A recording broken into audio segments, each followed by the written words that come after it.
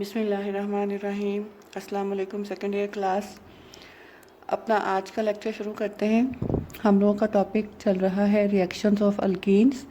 तो उस सिलसिले में हमने पिछले लेक्चर में अल्कीन्स के कुछ एडिशन रिएक्शंस स्टडी किए थे। तो आज बाकी रह जाने वाले रिएक्शंस को डिस्कस करते हैं। आज हमने स्टार्ट करना है from addition of sulphuric acid. Sulphuric acid concentrated condition में रूम टेम्परेचर पे ही अल्कीन्स के साथ रिएक्ट करके उसमें एडअप हो जाता है और जो प्रोडक्ट बनता है that is called as alkyl hydrogen sulphate. For example ये आपके पास इथीन है। इथीन को जब आप रिएक्ट करवाएंगे कंसनट्रेटेड सल्फ्यूरिक एसिड के साथ at room temperature, it will give you CH3 CH2O SO3H। ये carbon carbon double bond breakup होके तो ये सल्फ्यूरिक एसिड में से इसका स्ट्रक्चर जो है हम ओपन करके यूँ लिख सकते हैं HOSO3H।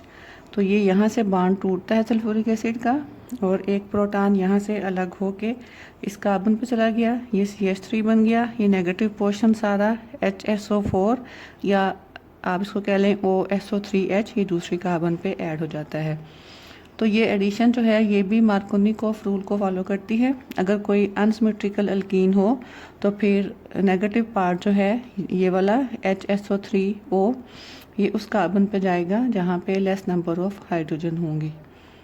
Alkyl hydrogen sulphates are a good source for the preparation of alcohols. इनकी जब हाइड्रोलिसिस की जाए वाटर के साथ यानी इनको रिएक्ट करवाया जाए एट 100 डिग्री सेंटीग्रेड तो हमारे पास कोरस्पॉन्डिंग अल्कोहल बनती है CH3 CH2OH और सल्फ्यूरिक एसिड रिकवर हो जाता है। तो इस रिएक्शन की मेन इंपॉर्टेंस यही है कि ये रिएक्शन जो है वो इस तरह से 2 स्टेप्स में अल्कोहल्स प्रोड्यूस करने के लिए यूज़ किया जाता है। Next is the addition of halogens. Halogens को जब हम ऐड करते हैं अल्कीन्स के साथ या आप कह लें कि रिएक्ट करवाते हैं अल्कीन्स के साथ तो इसके लिए ज़रूरी है कि सॉल्वेंट जो है वो हम कोई इनर्ट सॉल्वेंट लें। इनर्ट सॉल्वेंट मीन ऐसा सॉल्वेंट जो अल्कीन्स के साथ या हेलोजेंस के साथ रिएक्ट ना करता हो और या ओवरऑल जिसकी रिएक्टिविटी कम हो। फॉर एग्ज़ाम्पल उसमें सबसे बेस्ट जो है वो कार्बन टेट्राक्लोराइड CCl4 होता है और ये रिएक्शन जो है ये भी नॉर्मल रूम टेम्परेचर पे कैरी आउट किया जा सकता है। तो मैं आपको रिएक्शन का मैकेनिज़्म ज़रा डिटेल से समझा रही हूँ। ये आपके पास एक अल्कीन है CH2 डबल बॉन्ड CH2 और ये ब्रोमीन मॉलिक्यूल है Br2। इसको हमने यूँ दोनों एटम्स को अलग अलग लिखा है दरमियान में बॉन्ड बना के ताकि आपको समझ आए कि कहाँ से बॉन्ड टूटना है और कौन सा पोर्शन अलग होना है। तो ये ब्रोमीन मॉलिक्यूल में जो दोनों ब्रोमीन एटम्स हैं ये आपस में एक दूसरे को पोलराइज करके एक के ऊपर पार्शियल नेगेटिव चार्ज और दूसरे के ऊपर पार्शियल पॉजिटिव चार्ज आ जाता है। तो ये कार्बन कार्बन डबल बॉन्ड क्योंकि ये एक न्यूक्लियोफाइल है तो यहाँ से पाई इलेक्ट्रॉन्स अटैक करेंगे इस पॉजिटिवली चार्ज ब्रोमीन एटम पे और ये यहाँ से बॉन्ड टूटेगा ब्रोमीन का और यहाँ से ये पाई बॉन्ड टूटेगा इथीन का। एक रिएक्शन इंटरमीडिएट बनता है। इंटरमीडिएट मीन ऐसा सब्सटेंस जो रिएक्शन के दरमियान में रिएक्शन के दौरान में बनता है लेकिन ये प्रोडक्ट नहीं होता बल्कि बाद में इस इंटरमीडिएट से हमें प्रोडक्ट मिलती है। तो ये इंटरमीडिएट कैसे बनेगा? ये दोनों कार्बन्स जहाँ से पाई बॉन्ड टूटा था they will get attach with bromine and bromine will get a positive charge. इस तरह से ये एक देखिए एक रिंग बना है 3 मेंबर रिंग। तो इसलिए इसको कहते हैं cyclic bromonium ion. This intermediate is called as cyclic bromonium ion. Cyclic इसलिए कि ये रिंग फॉर्म में है। रिंग को केमिस्ट्री की टर्म में साइकिल भी बोलते हैं। तो ब्रोमोनियम का मतलब ये है कि ब्रोमीन के ऊपर पॉजिटिव चार्ज है और यहाँ से बॉन्ड टूट के तो ये ब्रोमाइड नेगेटिव फॉर्म में यहाँ से अलग हो जाता है। नेक्स्ट स्टेप में यही ब्रोमाइड आयन जो है ये साइक्लिक ब्रोमोनियम आयन की एक कार्बन के ऊपर अटैक करता है। ये देखें यहाँ से ये इस इलेक्ट्रॉन पेयर ने अटैक किया यहाँ पे। जैसे ही इसका मतलब ये है कि एक नया बॉन्ड बन रहा है between bromine and this carbon. जैसे ही ये बॉन्ड बनना शुरू होता है तो ये वाला एक बॉन्ड जो है वो टूटना शुरू हो जाता है। तो ये इलेक्ट्रॉन पेयर इस ब्रोमीन पे आके इस पॉजिटिव चार्ज को ख़त्म कर देगा। तो अल्टीमेट इफेक्ट क्या हुआ? ये ब्रोमीन इस कार्बन के साथ अटैच है और ये ब्रोमीन इस कार्बन के साथ अटैच हो गई। Br CH2CH2Br। और ख़ास बात यह है इस रिएक्शन की कि इस रिएक्शन में हमें जो प्रोडक्ट मिलती है वो हमेशा ट्रांस सिमेट्री की होती है, इनकी ज्योमेट्री जो है वो हमेशा ट्रांस होती है। सीज और ट्रांस आप लोग पढ़ चुके हैं आइसोमरिज्म के पॉइंट ऑफ व्यू से।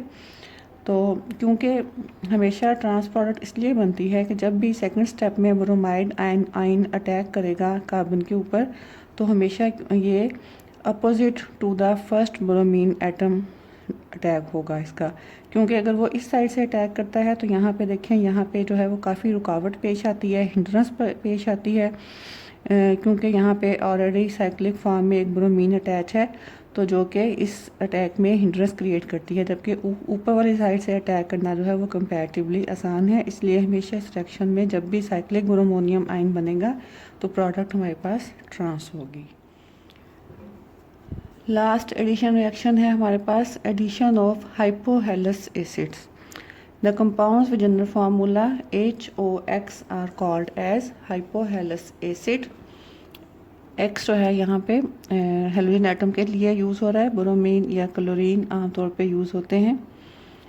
तो एडिशन ऑफ हाइपोहेलस एसिड में आपने जो पॉइंट समझना है वो ये है कि हाइपोहेलस एसिड एज सच हम इसको जो है वो यूज़ नहीं करते, या ये एज सच रिएक्शन मिक्सचर में ऐड नहीं किया जाता, बल्कि ये रिएक्शन मिक्सचर में ही प्रोड्यूस होता है और वहीं पे अल्कीन के साथ ये रिएक्शन शो करता है। अब ये प्रोड्यूस कैसे होगा? जब आप अल्कीन को रिएक्ट करवाएंगे हेलोजन्स के साथ इन the presence of water. Alkyne का रिएक्शन हेलोजन के साथ, ये हमने अभी थोड़ी देर पहले डिस्कस किया एडिशन ऑफ हेलोजन। लेकिन फ़र्क क्या था? वहाँ पे हमने सॉल्वेंट यूज़ किया था इनर्ट। मैंने आपको यही बताया था कि आपने वो रिएक्शन जो है वो करना है इनर्ट सॉल्वेंट में, ऐसा सॉल्वेंट जिसकी रिएक्टिविटी बहुत कम हो, क्योंकि इस सूरत में फिर आसानी से आपको रिक्वायर्ड प्रोडक्ट मिलती है। अब जो हम सॉल्वेंट यूज़ कर रहे हैं वो है वाटर। वाटर एक इनर्ट सॉल्वेंट नहीं है, वाटर बहुत रिएक्टिव सॉल्वेंट है। तो वही रिएक्शन है addition of halogen to alkene, लेकिन इसको अब हम CCl4 की बजाय कर रहे हैं वाटर के साथ। तो रिएक्शन मिक्सचर में जैसे ही आप अल्कीन, हेलोजन और वाटर ऐड करेंगे तो वाटर और हेलोजन आपस में रिएक्ट करके HOCl, जो भी आपके पास हेलोजन है, अगर क्लोरीन है तो HOCl बन जाएगा, अगर ब्रोमीन है आपके पास तो आपके पास HOBr बन जाएगा। तो जैसे ही आप मिक्सचर में alkyne plus halogen plus water add करेंगे, ये दोनों वाटर और हेलोजन मिलके HOCl या HOBr बना देंगे, और फिर वो HOCl या HOBr जो भी होगा वो इसमें अल्कीन में एडअप होगा। कैसे एडअप होगा? कार्बन कार्बन पाई बॉन्ड टूटेगा, एक कार्बन के ऊपर हेलोजन एटम चला जाएगा और दूसरे कार्बन के ऊपर OH। ठीक है, जब ये ब्रेकअप होगा दो पोर्शंस में, एक हेलोजन एटम और दूसरा OH, तो एक कार्बन पे हेलोजन आ जाएगा और एक कार्बन पे OH। जैसे ये अल्कीन है, अल्कीन को रिएक्ट करवाया हमने हेलोजन के साथ इन द प्रेजेंस ऑफ वाटर, तो क्या बना आपके पास CH2X CH2OH। Such type of compound having a halogen atom and a hydroxyl group is called as halohydrin. इसको हम बोलते हैं हेलोहाइड्रिन, और साथ में आपके पास HX बनेगा, HCl या HBr। इस रिएक्शन में हेलोजन जो है वो आमतौर पे क्लोरीन और ब्रोमीन ये दोनों यूज़ किए जाते हैं। ठीक है, तो आपने यहाँ पे मेन चीज़ जो समझनी है वो ये है कि HOX एज सच हम रिएक्शन मिक्सचर में ऐड नहीं करते, बल्कि एक्चुअली एडिशन ऑफ हाइपोहेलस का मतलब क्या है? ये एडिशन ऑफ हेलोजन ही है, but in the presence of water.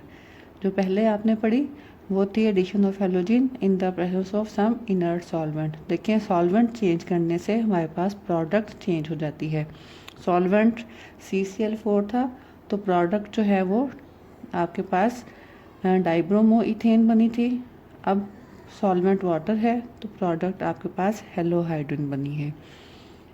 तो ये हमारे addition reactions of alkenes complete हुए हैं। नेक्स्ट लेक्चर में इंशाल्लाह हम डिस्कस करेंगे ऑक्सीडेशन रिएक्शंस ऑफ अल्कीन। उस वक्त तक के लिए अल्लाह हाफिज़।